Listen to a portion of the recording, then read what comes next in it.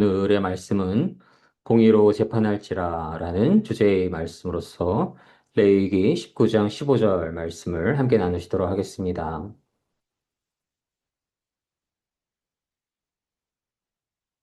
레위기 19장 15절 말씀.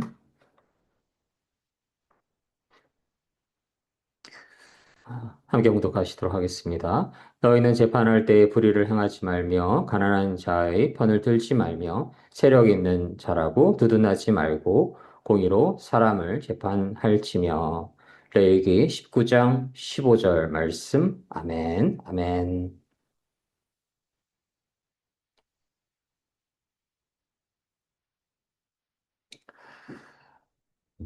하나님의 은혜와 축복으로 가득한 주말 및 토요일 그리고 설 연휴가 시작되는 그러한 주말이지요. 음, 벌써 2월 중순에 다다르게 되고 참으로 시간이 너무나 빠르다라는 생각을 갖게 됩니다.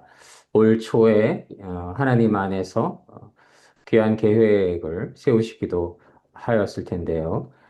이렇게 설 연휴를 맞이하게 되면서 그러한 계획과 그러한 소망들 다시금 점검하면서 그 소망 안에서 올바로 가고 있는가라고 올바로 가고 있는지에 대해서 다시 한번 점검해 볼 수 있는 그러한 귀한 시간 될 수 있기를 바라고 또 가족과 친지분들 만나는 시간이 될 텐데요.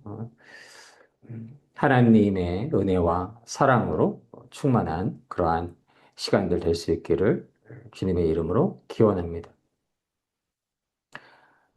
오늘 말씀은 레위기 19장 15절 말씀인데요. 레위기 19장에는 먼저 거룩에 대한 말씀이 기록되어 있습니다. 2절에 너는 이스라엘 자손의 온 회중에게 말하여 이르라 너희는 거룩하라 이는 나 여호와 너희 하나님이 거룩함이니라. 이 구절은 레위기 19장의 매우 근원적인 대원칙의 말씀이기도 합니다. 거룩이란 무엇일까요? 영락교회에서 중고등부를 섬길 때 찬송 거룩 거룩 거룩 전능하신 주님 그 찬송을 매일 시작하면서 하게 되었고 또 저희가 예배를 드릴 때도 그 찬송을 매우 자주 찬송하기도 하는데요. 부르기도 하는데요. 거룩함이란 무엇일까요? 그것은 단순히 종교적인 의식을 지키는 것, 그것을 넘어서서 하나님의 성품을 담는 것입니다. 저를 포함하여서 저는 특별히 죄인 중의 괴수고 사도 바울과 같은 죄인 중의 괴수고 우리가 모두 하나님 앞에는 그저 죄인일 뿐임을 고백하게 됩니다. 하나님만이 선하시고 하나님만이 의로우시고 하나님만이 안전하십니다. 그 전제 앞에 그 대원칙 앞에 저희는 그저 하나님 앞에 부족한 죄인임을 고백할 수밖에 없습니다. 틈만 나면 누군가를 정죄하게 되고 탐욕에 이를 수가 있고 또 욕심을 부릴 수가 있고 인간적인 욕망으로 기울어질 수가 있고 또 하나님의 영광이 아니라 내 자신의 영광을 구하려 들 수가 있고 함부로 또 비난할 수도 있고요. 또 게을러지기도 하고 또 자신을 높이려는 마음이 은연중에 생기기도 합니다. 그렇게 인간의 본성은 죄성으로 가득합니다. 의인은 없나니 하나도 없습니다. 로마서의 말씀처럼 참으로 의로운 자는 단 한 명도 없습니다. 반면에 저희는 하나님 그분은 참으로 거룩하신 분이시고 참으로 선하신 분이시고 참으로 완전하신 분이심을 늘 고백할 수가 있는 것입니다. 그래서 거룩해져야 된다라는 것은 어떤 의미인가요? 인간이 가지고 있는 그러한 죄성을 죽이고 자아를 부인하고 하나님의 성품을 담는 것입니다. 그래서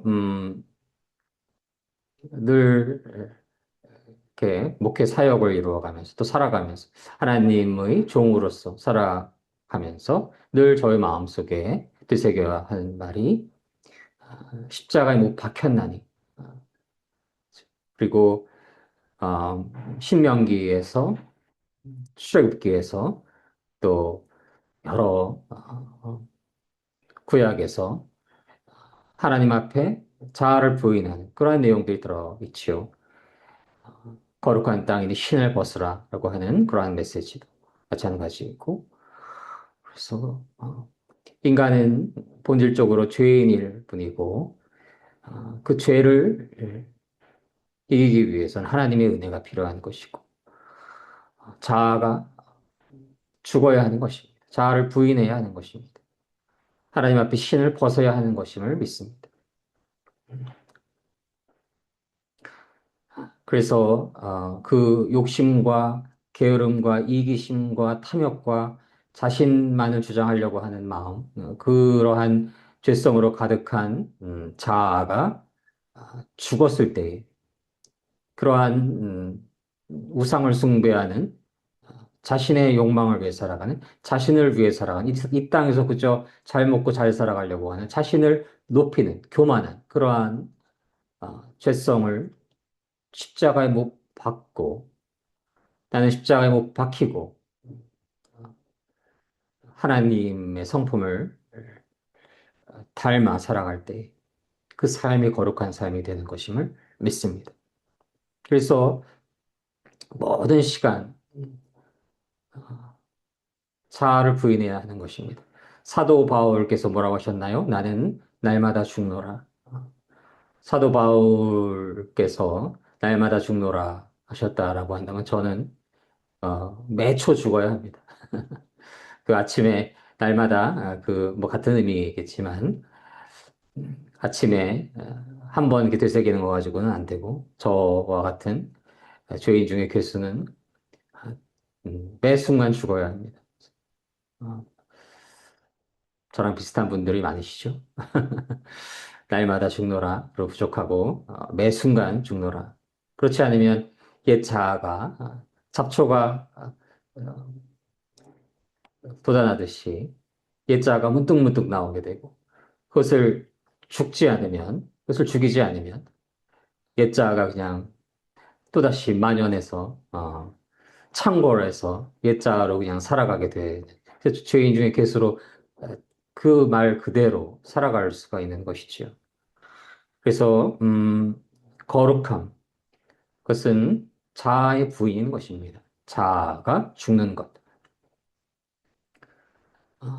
자아를 부인할 때에 아, 예수 그리스도를 믿는 그 믿음 안에 살게 되고 예수 그리스도를 의지함으로써 내 안에 나는 죽고 십자가에 예수 그리스도와 함께 못 박히고 예수께서 내 안에 사시게 되시는 것입니다. 그러할 때에 하나님의 성품을 담게 되고 하나님의 거룩함을 갖게 되고 그 거룩한 삶을 살아갈 때에 이 땅에서의 많은 사람들은 그저 자신의 욕망, 자신의 욕심, 자신의 영광, 이기심을 위해 살아가지만 그러한 자들, 거룩한 자들, 하나님을 닮은 자들, 하나님의 성품을 닮은 자들, 예수 그리스도 안에 살고 있는 자들, 십자가에 못 박히고 예수 안에 살아가는 예수 그리스도를 진실로 주님으로 섬기며 살아가는 이들은 거룩한 삶을 살아가게 되는 것임을 믿습니다. 그러한 거룩한 삶을 살아가야 한다라는 그 메시지가 레위기 19장에 기록되어 있는 것입니다. 또한 18장에는 내 이웃을 내 자신과 같이 18절에는 내 이웃을 내 자신과 같이 사랑하라 라는 그러한 메시지가 담겨져 있기도 합니다.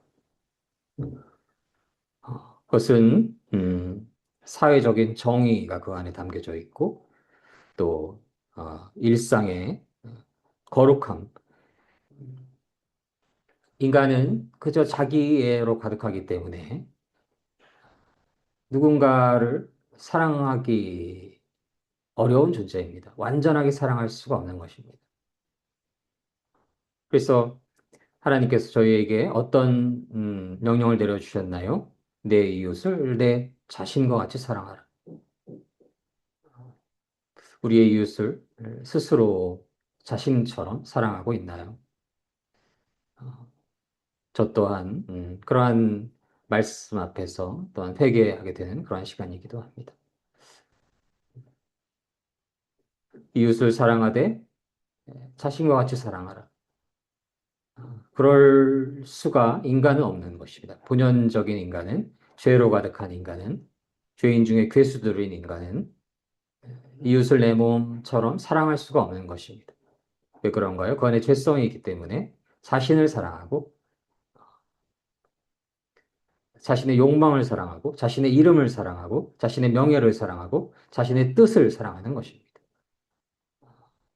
그래서 이웃을 사랑하기가 어렵습니다. 이웃을 쉽게 정죄하기에만 바쁩니다. 저를 포함해서. 그래서 그러한 마음을 아, 부인하고 자아가 십자가에 못 박히고 어, 거룩해졌을 때, 거룩함이 어떤 것인가요? 하나님의 성품을 닮았을 때. 하나님은 그렇게 온 생명을 사랑하신 분이십니다.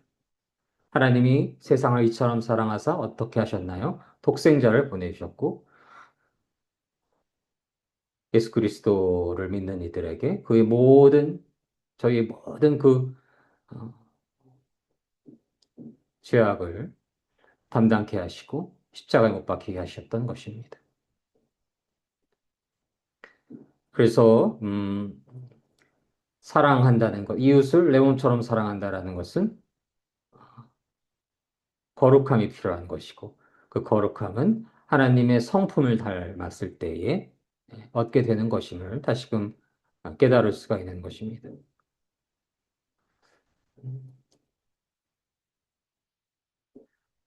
또한 사회적인 정의를 실현하는 것, 사회적인 공의를 실현하는 것, 올바르게 살아가는 것이죠. 그것이 이웃을 내 몸처럼 사랑하라가 그 안에 담겨져 있고 사회적인 정의를 실현하기 위해서는 바로 하나님의 거룩함이 필요한 것입니다. 하나님의 거룩함이 있을 때에 어떻게 할 수가 있나요? 오늘 말씀처럼 재판할 때에 불의를 행하지 않는 것입니다. 불의를 행하는 것이 무엇입니까? 자기 의대로, 자기 욕심대로, 자기가 옳다고 생각하는 대로, 자기가 선악을 구분하여서 자신이 옳다라고 생각하는 대로 그렇게 어, 행하는 것. 그것이 바로 불의인 것입니다. 재판할 때 공정하게 하는 것이 아니고 공의로 하는 것이 아니고 하나님의 공의로 하는 것이 아니고 자기의 생각대로, 자기의 욕심대로, 자기의 판단대로, 자기 편에 유익하게 하는 것이 바로 불의를 향하는 것이고 그래서는 안 된다라고 하는 것입니다. 그 안에 어떠한 말씀도 있나요? 가난한 자라고 편들지 말라고 되어 있습니다. 가난한 자가 사회적으로 좀 물질적으로 풍요롭지 않은 이들에 대한 어떠한 보호적인 측면들 저희가 분명히 고려해야 됩니다. 또 육체적인 장애를 가지고 계신 분들도 계실 수 있는 것이고 그런 부분들을 분명히 고려해야 되지만 재판할 때 불의를 행하여서 안 되고 그들 편에 서서는 안 되는 것입니다. 가난한 자가 부한 자를 함부로 대했을 때에 공격하였을 때에 혹은 월권을 행하였을 때에 가난하다고 그들 편에 들어서는 안 되는 것입니다. 또한 함께 어떤 의미가 있나요? 세력 있는 자라고, 권세 있는 자라고, 힘 있는 자라고, 돈 있는 자라고, 어, 명예가 있는 자라고, 자기가 가깝다라고 그래서 그를 두둔하지 말라고 하나님께서 명령하고 계신 것입니다. 무엇으로 사람을 재판하라고 말씀하셨나요? 하나님의 공의로움으로. 하나님의 공의로 사람을 재판하기 위해서는 인간의 죄성으로 재판해서는 안 되는 것입니다. 하나님의 거룩함이 있어야 되는 것이고, 거룩한 마음으로 판정을 해야 되는 것이고, 그 거룩한 마음은 이웃을 사랑하는 마음, 그리고 하나님의 마음과 연결되어 있는 것입니다. 거룩한 마음은 하나님의 성품의 마음인 것입니다. 하나님의 성품 안에서 재판하라 하는 것입니다. 그것이 바로 궁극적인 이웃사랑인 것입니다. 아무리 가난할지라도 가난한 자 편에 들어서도 안 되고, 아무리 세력 있다 하더라도 세력 있는 자 편에 들어서도 안 되는 것이고, 불의를 행하지 말아야 된다. 내가 옳다고 생각하는 것으로 판단해서는 안 된다는 것입니다. 올, 그 참된 올바름은 어디에 있나요? 하나님께 있는 것입니다. 공의. 여기에 있는 공의는 바로 하나님의 공의인 것입니다. 하나님이 그 모든 상황을 완벽히 알고 계신 것입니다. 누가 잘못했고, 누가 억울하고, 어, 이 사람의 죄는 얼마만큼의 형량을 가져야 되는 죄인 것이고, 혹은 무죄인 것인지, 그 완벽한 판단은 하나님이 하시는 것입니다. 그래서, 어, 법원에서 판정을 하는 이들, 판사들, 또 법적인 일을 하는 이들은 늘 이 안에 있어야 됨을, 이 말씀 안에 있어야 됨을 믿습니다. 꼭 어, 법원 계통에서 일하시는 분뿐만이 아니고 저희 모든 삶 속에서, 모든 영역에서 저희가 그 어떤 판정을 할 수 있는 그러한 상황들이 있을 수가 있지요. 저 또한 그 어, 강의를 이루어가기도 하는데요. 이제 시험을 보게 되면 늘 채점하는 시간이 참 어려운 시간입니다. 뭐 아주 큰 맥락에서는 그 뭐 100점짜리 100점이 있고 90점이 있고 80점이 있고 그걸 할 수 있는데 이 친구가 이 점수가 90점이냐 94점이냐 97점이냐 혹은 80점이냐 84점이냐 17점이냐 참 어렵죠. 그 몇 점 차로서 어떤 학생은 A가 나오고 어떤 학생은 B가 나오고 그렇지 않습니까? B 플러스가 나오고 그렇지 않습니까? 그러면 학기 말에는 교수님 이 몇 점 좀 더 어떻게 뭐 이런 너무 아쉽습니다. 뭐 이렇게 몇 점 차이, 1, 2점 차이로 90점이 안 되면 A를 받지 못하기 때문에 그런 경우들이 있죠. 그럴 때 저 또한 그렇게 에, 기도하고 노력을 합니다. 더 학생들 중에서 보면 더 친한 학생들도 있고 더 이렇게 정이 가는 사람이기 때문에 더 정이 가는 학생들도 있고 그러나 그, 그 점수를 줄 때는 그 학생의 영원한 그 점수이지 않겠습니까? 그 어떠한 시간에 있어서 그 학점 하나 때문에 누군가는 어떠한 기관에 합격될 수도 있는 것이고 안 될 수도 있는 것이죠. 그런 너무나 중요한 일이기 때문에 당시 마지막에 그 점수를 계산하면서 음, 그 눈을 감고 기도함으로써 그러한 점수를 이뤄갑니다. 물론 그 어, 판정의 룰 안에서 실라부스 안에서 그러한 마음이 필요한 것입니다. 우리가 그 법원에서 일하는 사람뿐만이 아니고 모든 삶의 영역에 있어서 그러한 힘을 가져야 하는 것임을 믿습니다. 그것이 바로 빛과 소금 된 존재들인 것이고 그러한 사회에 하나님의 공의와 정의가 살아 숨쉬는 나라임을 믿습니다. 우리나라는 그러한 측면들이 너무나 많지요. 그러한 정의로운 세상이라기보다는 뭐 인맥, 뭐 혹은 어떠한 뭐 편에 있는 것, 학, 학연, 뭐 그러한 경향으로 판정되는 경우들이 너무나 많죠. 그래서 저는 미국에서 공부를 할 때 그들도 물론 완벽하지는 않습니다. 그럼에도 불구하고 그러한 측면들에 있어서 매우 공정하려고 하는 그러한 마음을 읽을 수가 있었습니다. 아무리 뭐 친할지라도 더 이 부분에 적합한 사람, 올바른 마음이, 그 안에 거룩한 마음이 상대적으로 우리보단 더 있는 것이죠. 그 안에는 그러한 크리스천리티의 깊은 전통이, 미국 안에 개신교의 깊은 전통이 미국 안에 있다라는 생각을 하게 됩니다. 그러한 공의로움, 그러한 공의로움은 인간이 지향해야 될 그러한 성품인 것입니다. 그것이 바로 어떠한 마음이었나요? 거룩함, 하나님의 성품을 닮은 마음. 하나님의 성품을 닮지 않게 되면 어떻게 된다라고 했죠? 자기가 옳은 대로, 자기의 편대로, 좌파이면 좌파인 대로, 우파이면 우파인 대로. 비록 저는 현실에 있어서 보수적인, 리버럴한 사람이다가 보수적인 기독교인으로 전환하게 되었는데요. 그것을 고백할 수가 있습니다. 그럼에도 불구하고 어, 누구 편 들어서는 안 된다는 것입니다. 그 안에 이 안에 그 메시지도 있는 것입니다. 가난하다라고 편들지 말고 세력 있다라고 편들지 말고 내가 옳다고 생각하는 편들지 말라는 것입니다. 재판할 때, 판정을 할 때 공의로 재판을 하라. 공의로 사람을 재판하라. 하나님의 거룩함 안에서 하고 보편적 인류 안에서 이웃을 내 몸처럼 사랑하는 그 마음 안에서 누구나 귀한 사람이기에 하나님 앞에 귀한 한 생명이기에 그 재판할 일에 대해서 공의롭게 재판할 것을 하나님께서 말씀하신 것입니다. 저희는 그러한 정의로움, 공의로움을 하나님의 은혜 안에서 하나님의 마음을 닮음으로써 거룩함 안에서 어, 이루어갈 수 있기를 주님의 이름으로 소망합니다. 이러한 공의로움이 이 땅에 너무나 소멸되어 있는 상황인 것입니다. 좀 구체적인 예를 저희가 함께 나눌 수 있기를 원합니다.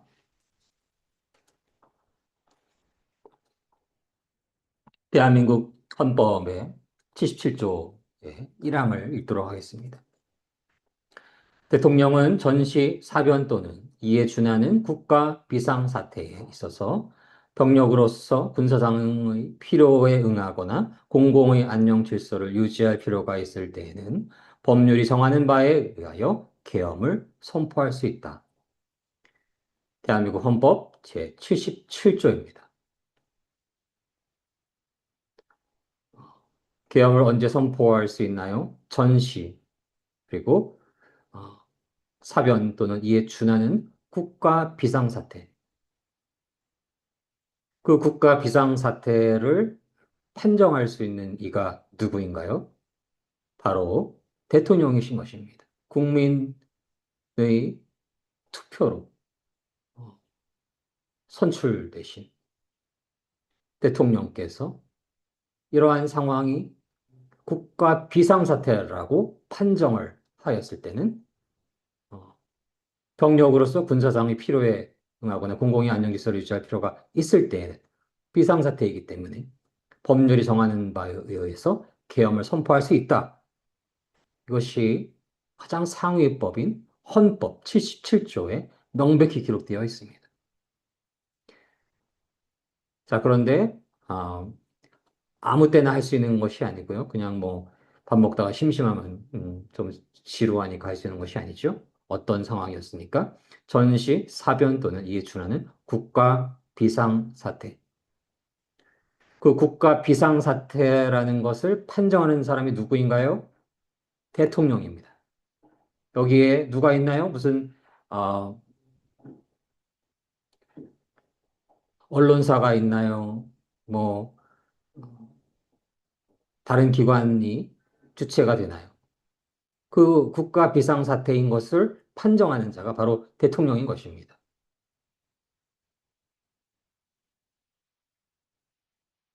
헌법에 명백히 기록되어 있습니다. 이것을 누가 뭐 꼭 법대를 나오고 누가 설명해주고 가르쳐야 알 수 있는 것이 아니지 않습니까? 너무나 선명한 헌법 조항인 것입니다. 대통령이 그렇게 할 수 있는 것입니다. 다시금 말씀드리지만 아무렇게나 해서는 안 되는 것이지요. 국가 비상사태, 그것을 판정할 수 있는 분은 대통령이신 것입니다.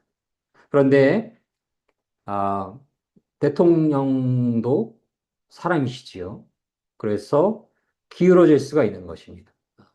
저희가 좌로나 우로나 하나님 말씀에 근거해서 정치적인 그러한 측면이 아니고 좌로나 믿음의 사람들이 좌로나 우로나 기울어지지 않아야지요. 하나님 보시기에. 그러나 대통령도 사람이기 때문에 음, 국가 비상사태라고 대통령은 여기시지만 국민들은 그렇게 여기지 않을 수가 있고요. 혹은 국민들은 국가 비상사태라고 여기지만 대통령은 아직 그렇게 국가 비상사태라고 여기지 않을 수도 있지요. 전자의 경우에 음, 대통령께서 국가 비상사태라고 여김에도 불구하고 국민들이 국민을 대표하는 의회에서 지금은 국가 비상사태라고 볼 수 없다라고 하면 어떻게 할 수 있습니까? 5번 조항을 보도록 하겠습니다. 국회가 제적의원 과반수의 찬성으로 계엄의 해제를 요구한 때에는 대통령은 이를 해제하여야 한다. 바로 그 헌법 안에 인간이 완벽할 수 없기 때문에 대통령에게는 그러한 권한이 있지만 계엄의 권한이 있지만 국가 비상사태를 판정할 수 있는 권한이 있지만 그것이 인간이기 때문에 한쪽으로 기울어질 수 있기 때문에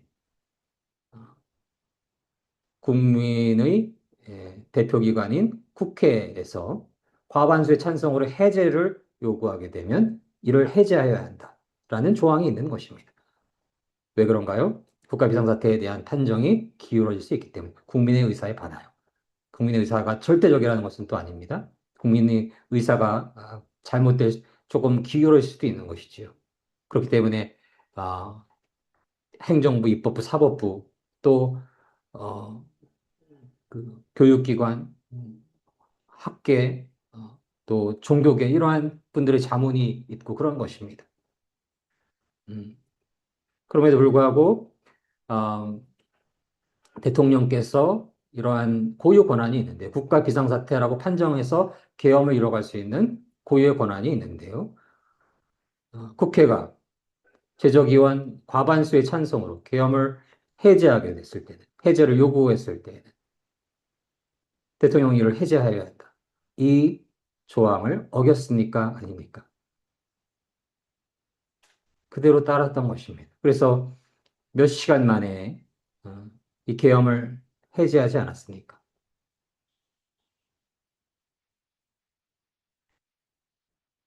대통령이 무엇을 잘못했나요? 윤석열 대통령께서 무엇을 잘못했나요? 국가 비상사태를 판정할 수 있는 고유의 권한이 대통령께 있었고, 그것이 기울어질 수 있기에, 그것이 음, 조금은 생각이 다를 수 있는 그러한 국민들의 의견이 있을 수가 있기에, 어, 국민을 대표하는 국회에서 과반수의 찬성으로 해제를 요구하였을 때에 해제하였습니다. 대통령께 무슨 잘못이 있나요?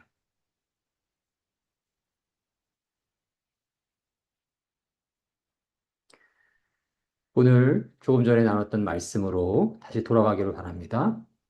불의를 행하지 말기 바랍니다. 가난한 자의 편에 서지도 않아야 되고 또 세력 있는 자의 편에 서지도 않아야 합니다. 공의로 사람을 재판해야 합니다. 가장 상위법인 대한민국의 가장 상위법인 대한민국 헌법의 77조의 대통령의 고유 권한으로서 국가 비상사태가 있을 때에 계엄을 선포할 수 있을 권한이 헌법적 권한으로 있는 것입니다. 헌법이 무엇입니까? 가장 상위법인 것입니다. 인간의 자유와 권리, 모든 가장 상위에 있는 근본적인 지켜져야 할 내용들이 존재하는 것이 바로 대한민국의 헌법인 것입니다.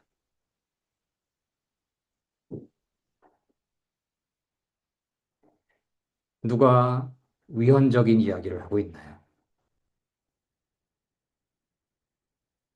누가 법을 어기고 있나요? 누가 불의에 있고 누가 공정하게 판단하지 않으려고 하나요? 이 안에는 말씀드렸던 것처럼 인간이 완벽할 수 없다라는 기독교 정신이 담겨져 있는 것입니다. 어, 기독교 정신 안에서 인간은 완벽할 수 없기에 한쪽으로 기울어질 수 있게 서로 상호 견제를 해야 된다. 그것이 바로 삼권 분립인 것의 정신인 것입니다. 오직 하나님만이 완전하시고 인간은 하나님처럼 완전할 수 없기에 서로 상호 견제를 이루어가는 것. 저도 마찬가지고 그 누구도 마찬가지인 것입니다. 완벽한 자가 없는 것입니다. 완벽한 분은 오로지 여호와 하나님이신 것입니다. 그 어, 원리 안에서 헌법, 가장 상위법에 존재하면서 가장 근원적으로 지켜져야 되는 그러한 법조 조항들이 77조에 기록된 것입니다. 대통령은 국가 비상사태에서 어, 계엄을 선포할 수 있다. 그 국가 비상사태를 판정하는 자는 바로 대통령이신 것입니다. 그러나 그것이 기울어졌을 때에 국회에서 계엄의 해제를 요구하면 대통령은 이를 해제하여야 하는 것이고 그것을 따르신 것입니다. 그것은 어떤 의미입니까? 헌법 조항에 헌법을 준수하고 비록 나의 생각은 지금 국가 비상사태이지만 어, 뭐 어떠한 부정이 있고 어떠한 그 안에 어, 악의가 있을지라도 국회의 과반수의 해제 요구가 있었을 때 그것을 따르겠다. 헌법을 그대로 지키신 것입니다.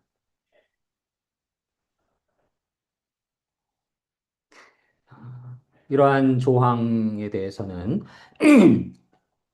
그것이 어떤 면에서는 과도할 수가 국회의 독주가 될 수도 있는 부분들이 또한 있을 수 있는 것입니다. 현재처럼 지난 시간에 말씀을 나누시기도 했지요. 선거에 부정의 의혹이 뭐 높은 정도가 아니라 거의 100%를 향해서 어, 향해 가고 있는 그러한 부정이 만연한 시기에 그러한 부정한 어, 표로 선출된 그러한 많은 이들의 이러한 요구가 항상 올바를까요?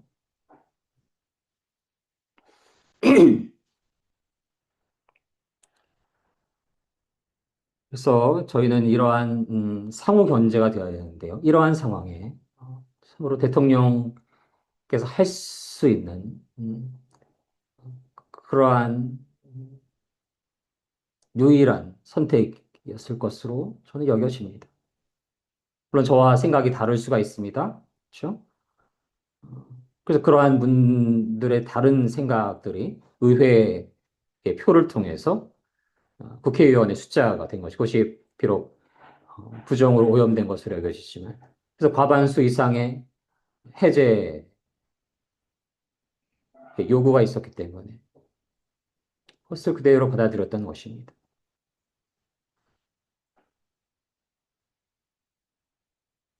어디에 잘못이 있나요?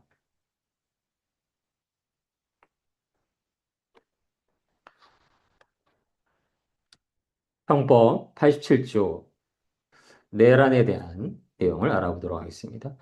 대한민국 영토의 전부 또는 일부에서 국가 권력을 배제하거나 국헌을 문란하게 할 목적으로 폭동을 일으킨 자는 다음 각 호의 구분에 따라 처벌한다. 지금 현재 윤석열 대통령에 대한 내란죄에 대한 그러한 음, 특검이 이루어지고 있고 그것에 대한 판정을 기다리고 있는 시간입니다. 윤석열 대통령께서 음, 대한민국 영토의 전부 또는 일부에서 국가 권력을 배제하면서 국헌을 문란하게 할 목적으로 폭동을 일으켰나요?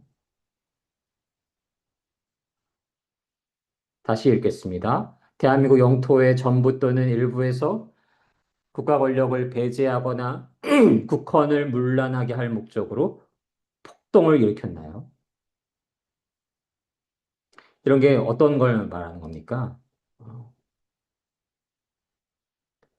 예를 들자면 대한민국이 있는데 어느 이적 단체가 뭐 북한에 종속될 수도 있을 것이고요. 뭐 공산주의 종속될 수도 있을 것이고 국가의 권력을 배제해서 국헌을 문란하게 할 목적으로 어느 지역을 점령해서 어떤 폭동을 일으킨 것. 그것이 바로 이 내란의 의미인 것입니다. 저는 제가 지금 현재 이전에는 조금은 리버럴 하다가 보수적이라고 해서 이 지금 말씀을 드리는 것이 아닙니다. 우리에게는 인간이 가지고 있는 최소한의 상식과 최소한의 양심이 있는 것입니다. 글을 읽을 수 있고 법을 읽을 수 있는 것입니다. 이거 뭐 대단히 로스쿨 가가지고 열심히 공부해야 할 수 있는 내용들이 아닌 것입니다. 윤석열 대통령을 제가 존경하는 마음도 있고 또 현재 너무 안타까운 마음도 있지만 그래서 그런 것이 아닙니다. 만약 정말로 윤석열 대통령께서 이 법에 근거해서 위헌적인 행위를 만약 하셨다라고 한다면 대가를 받으셔야 되는 것이죠.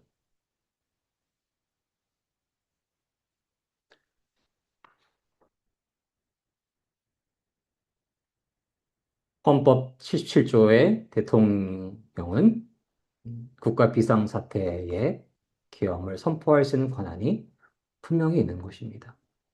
저희는 어, 이것을 보고도, 이것을 읽고도 내가 어느 정당을 지지한다는 이유로 내가 어, 어느 편에 서 있다라는 이유, 어떤 이해관계가 있다라는 이유로 그 공의로운 마음을, 그 정의로운 마음을 잃지 않기를 원합니다. 그것은 너무나도 선명한 진실이고 진리인 것입니다.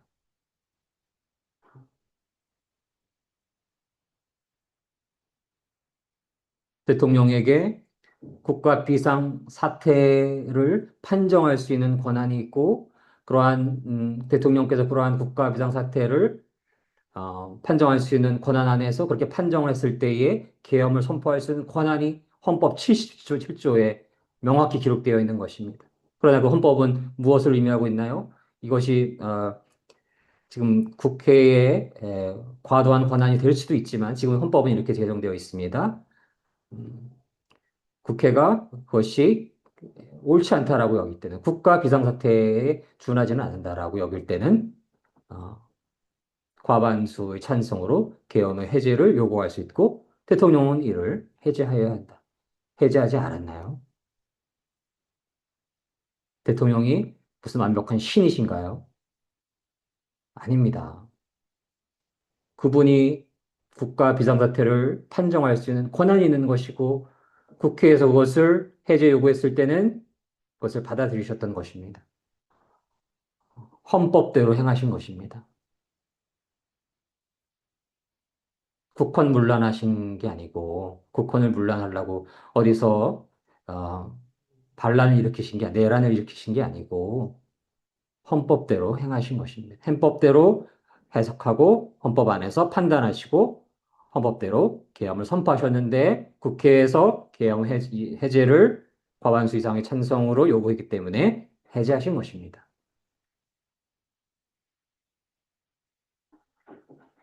어디서 위헌적인 요소가 있나요? 우리는 그 진리를, 진실을 그대로 바라볼 수 있는 그러한 최소한의 양심과 최소한의 지식이 있는 것입니다. 뭐, 어,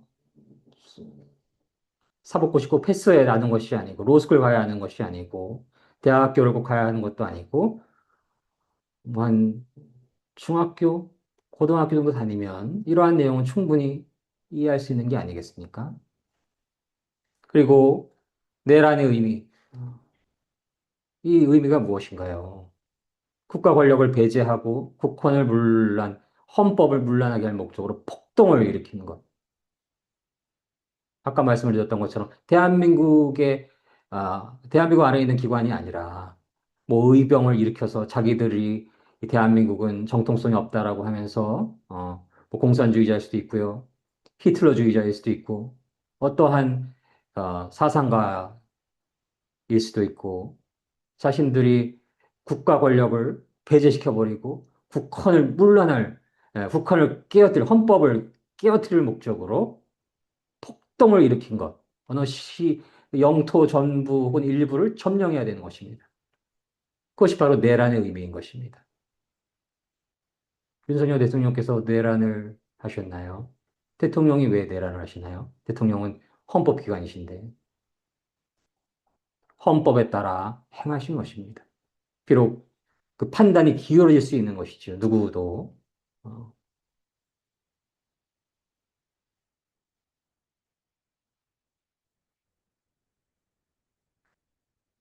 너무나도 당연한, 너무나도 기초적인 어, 판정이 있어야 하는 것입니다. 이러한 상황을 보고 그것을 내란 특검으로 몰아가는 그러한 세력들이 음,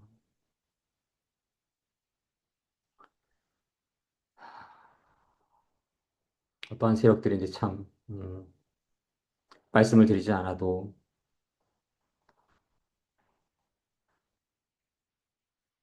다 이해하시고 알고 계실 것이라 알겠습니다. 우선 뭐 논쟁이 어찌도 없고 어, 혼란을 가질 이유도 없는 것입니다.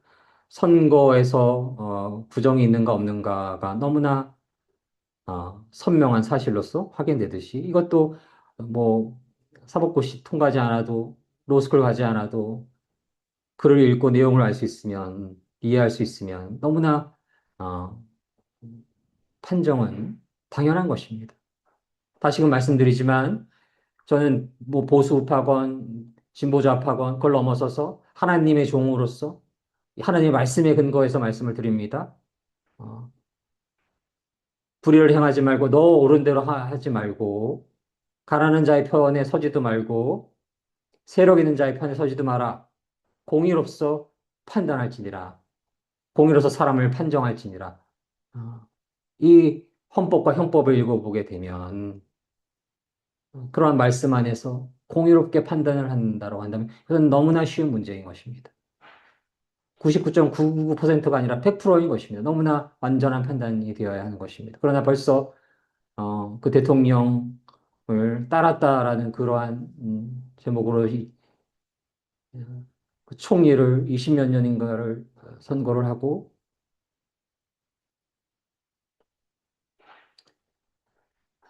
이제 너무나 중요한 재판이 2월 19일 날 이루어집니다.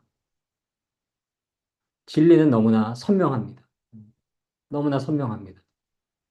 음, 아까도 말씀드렸지요. 제가 지금은 보수적인 측면을 가지고 있습니다. 그럼에도 불구하고 윤석열 대통령께서 만약 국회에 에, 예를 들자면 그렇죠? 과반수 찬성으로 계엄 해제를 요구했는데 요구한 이것을 듣지 않았다. 이러면 위헌적 요소가 있을 수가 있죠. 헌법의 근거에서는. 음, 그러나 그러지 않으셨습니다. 헌법을 따르신 것입니다. 헌법대로 준수하신 것입니다. 검찰총장까지 하신 분이 이걸 모르시겠습니까? 뭐 법에 대해서 전혀 잘 알지 못한 저도 이것은 뭐 너무나 쉽게 판단할 수 있는 것입니다. 그것을 그대로 지키신 것입니다. 헌법대로 행하신 것입니다. 거기다가 도저히 갖다 붙일 수도 없는 내란죄를 붙이고 이것이 지금 어, 특검에 의해서 강요되고 있는 것만 같습니다. 어떠한 자들인가요? 세력 있는 자들. 세력 있는 자들에 의해서, 악한 세력에 의해서 어, 법원이 장악이 되고, 국회가 장악이 되고, 어, 그 장악하는 수단이 바로 선거의 부정인 것이고, 자기들 실력으로 자기들 힘으로는 할 수 없기 때문에, 우리 대한민국 국민들의 그 마음에는 양심이기 때문에 그 양심을 거슬러서 그 양심대로 하면 자기들이 악한 세력들이, 반국가 세력들이 이렇게 악한 짓을 못하기 때문에 선거에 부정이 존재하고 부정함으로 잉태된 어, 입법부의 의원들이 광란의 칼질을 하고 그 부정한 세력들에 의해서 점령된 사법부가 불의한 판단을 하는 이러한 세상, 그 속에서 대한민국 대통령 윤석열 전 대통령께서는 이러한 상황이 바로 국가 비상사태이기 때문에 저는 완전히 동의합니다. 국가 비상사태였음을 120% 동의합니다. 그래서 계엄을 선포하셨던 것입니다. 그 안에 여러 뭐 다른 내막이 있을 수도 있지만 그분의 고유 권한이신 것입니다. 저야 뭐 그렇게 판단하건 말건 제가 뭐 강단에서 또 교회에서 또 친구들에게 말할 수 있지만 계엄을 할 수는 없죠. 대통령께는 그러한 권한이 있는 것입니다. 헌법에 존재하는 것입니다.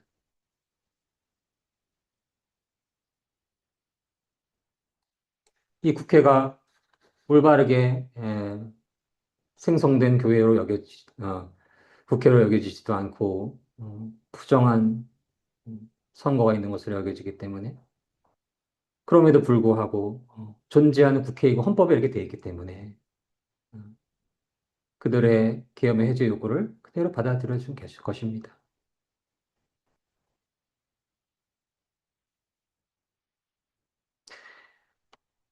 혹시 뭐 보수적인 분들은 다 이해를 할 것이고 진보 좌파인 분들이나 뭐 한두 명이실지도 모르겠습니다. 제 주위에 그런 분들도 많이 계시고 그분들에게 마음에 깊은 양심이 있지 않겠습니까? 최소한의 지식이 있지 않겠습니까? 음, 그리고 이 말씀을 다시금 읽길 바랍니다. 너희는 재판할 때에 불의를 행하지 말며 너가 올바른 대로 행하지 말며 네가 옳다고 생각하는 대로 판정하지 말며 너의 편을 위해 판정하지 말며 너의 욕심대로 판정하지 말며 너의 자기 의대로 판정하지 말며 불의를 행하지 말며 가난한 자의 편에 들지도 말고 세력 있는 자라고 두둔하지도 말고 공의로 사람을 재판할지니라. 아멘. 이 말씀이 그 재판부에 살아 숨쉬지 않기 때문에 어, 대한민국이 이렇게 침몰을 하고 있는 것입니다. 그 초등학생들만 봐도 알 수 있는 그 뻔한 선거의 부정을 그 빳빳한 그 민경호 의원이 선거 소송에서 그 빳빳한 투표지들이 거의 40%가 나왔지 않겠습니까? 그러면 그때 어떻게 판정하면 되는 겁니까? 이것은 어, 제대로 투표한 그러한 투표지가 아니다. 그러한 판사 한 명만 있었어도 대통령께서 이런 비상사태를 선포할 필요가 없는 것입니다. 그러한 자가 한 명이 없는 것입니다. 거기에 안 믿는 자라 뭐 둘째치고 그 판정 이런 뭐 얼마나 많은 그 선거 부정에 관련된 재판이 있었는데 그거 보고 다 눈 감기 때문에 목숨 건 한 명이 없기 때문에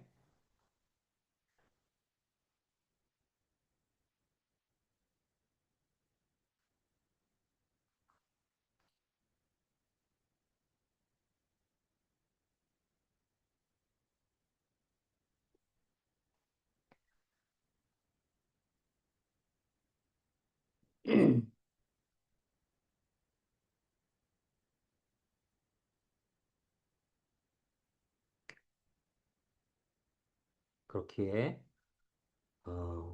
그러한 침몰해가는 대한민국의 대통령을 맡으신 분이 목숨 걸고 계엄을 선포하신 것입니다.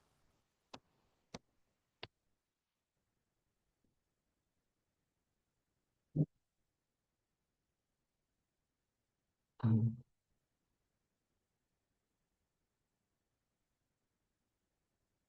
그래서 그렇게 이러한 부정한 세상에서 이러한 불의한 세상에서 다 침묵하고 그 이유가 무엇일까요?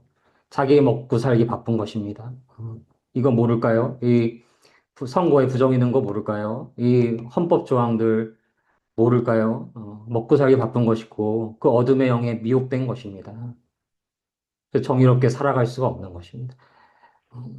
믿지 않은 자들은 둘째치고 정말 하나님 경외하고 하나님 나라, 그 영원한 하나님 나라 생각하는 하나님을 믿는 이들이라고 불려지는 이들조차도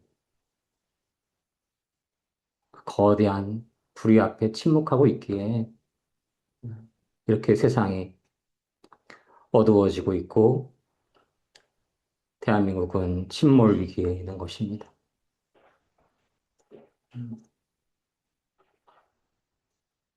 대한민국이 침몰하면 어, 뭐 몇 명은 살겠죠. 그 침몰을 주도하던 그 악한 세력들. 어, 그런데 북한 같은 나라가 되겠지요. 궁극적으로는.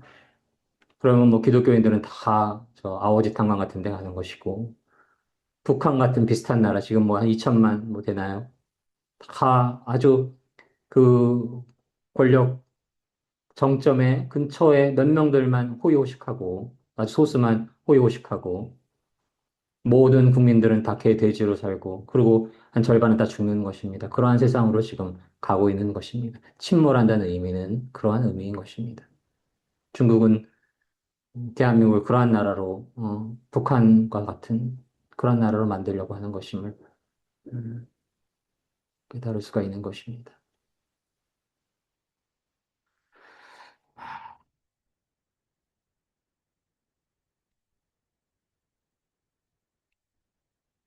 그러한 세상을 만들어간 사람 중에 한 명이 또 저이고 시작도 그렇게 말씀을 드렸죠. 죄인 중에 괴수인 것이고 제가 이제 50 초반인 초중반으로 가고 있는데요. 음, 음, 책임 있는 사람 중에 한 명이라고 생각이 들고 그래서 회개함으로 외치고 있는 것입니다. 시기에 할 게 너무나 많은데 외치고 있는 것입니다. 너무나 작은 외침이지만 그러나 이러한 말씀을 함께 하면서 단 한 분이라도 더 깨어날 수 있다라고 한다면 뭐 저다가 뭐 법원에 계신 어느 한 분이 하나님의 은혜 안에서 이렇게 말씀을 나누면서 은혜가 돼서 양심에 찔림이 있어서 하나님의 은혜를 입고 부정선거 한 명이면 되는 것입니다. 한 명만 이 선거는 올바르다고 할 수 없다라고 한 명만 있으면 되는 것입니다. 그 한 명이 어떤 사람인가요? 목숨 걸어야 되는 것입니다. 설명 길게 하지 않으셔도 될 것입니다. 그 부정을 이루어가는 세력이 얼마나 거대하고 얼마나 치밀하고 어, 얼마나 넓게 퍼져 있는지 설명드리지 않아도 될 것입니다. 목숨 걸어야 되는 것입니다. 어떻게 목숨 걸 수 있을까요? 이 땅은 그저 나그네일 뿐이고 영원한 하나님의 나라. 그 나라에서 얼마나 상금이 크겠습니까? 어, 죽을지라도 이 땅에서 순교인 것이죠. 그러한 것은. 음, 그러한 한 명이 사법부에 있기를 바랍니다. 그리고 그러한 한 명 한 명이 우리 국가에 많아질 수 있기를 원합니다. 하나님이 보시는 그 숫자가 있습니다. 저희는 뭐 완벽히 모르는데요. 소금물의 그 퍼센트일 수도 있고 의인 10명이라고 하죠. 또 그 시대에 그 나라에 그 필요한 숫자가 있습니다. 그 숫자만 차면 되는 것입니다. 모두가 다 의인일 수는 없고 그 숫자가 지금 너무나 모자르다는 생각이 듭니다. 그 숫자를 채우는 단 한 분이 되시기를 원하고 그래서 이 땅에서 잘 먹고 잘 살아봤자 뭐 120년입니다. 웬만하면 100년이고 웬만하면 80년이고 그렇죠? 준비한 게 더 많은데 오늘 말씀 마지막으로 읽도록 하겠습니다.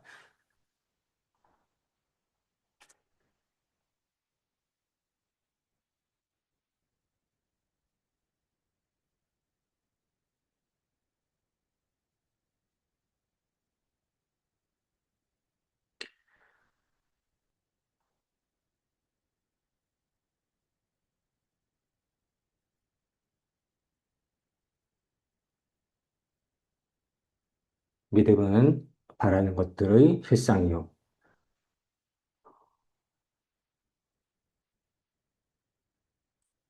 보이지 않는 것들의 증거니 선진들이 이로써 증거를 얻었느니라.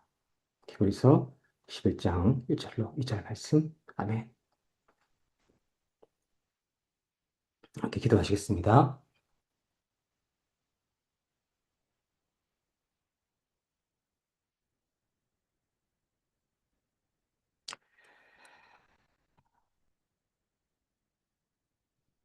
사랑의 하나님, 저희가 믿음의 자매들, 자녀들이 더 빛과 소금된 존재로 살아가지 못하여서 이 땅이 이렇게 황폐하게 되었습니다. 누구를 비난하기 전에 저희의 잘못이고 저의 잘못입니다. 하나님,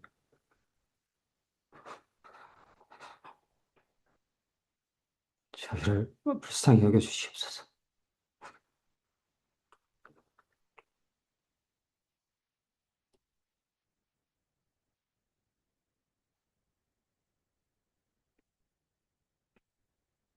저희를 불쌍히 여겨 주시고 하나님, 대한민국을 불쌍히 여겨 주시고 긍휼을 내려 주셔서 하나님 의인 10명을 허락하여 주시옵소서. 사법부에 의인 1명을 허락하여 주시옵소서. 하나님 만나 주시고 하나님 두려워하게 하여 주시고 하나님 친히 역사하여 주시옵소서. 음, 저희가 다 알지 못하는 그러한 방식으로 하나님 믿음의 사람들이 무릎 꿇고 자복하고 회개하고 기도할 때 하나님 은혜를 내려주시고 긍휼을 내려주셔서 대한민국을 회복하여 주시기를 간절히 원하옵고 바라옵나이다. 하나님 은혜와 축복을 대한민국에 더해 주시고 새벽이슬 같은 청년들 그들에게 믿음을 허락하여 주시고 대한민국을 하나님의 은혜로 가득하게 하여 주시옵소서. 감사드리며 이 모든 말씀 사랑이 많으신 우리 주 예수 그리스도 이름으로 감사드리며 기도드립니다. 아멘. 아멘.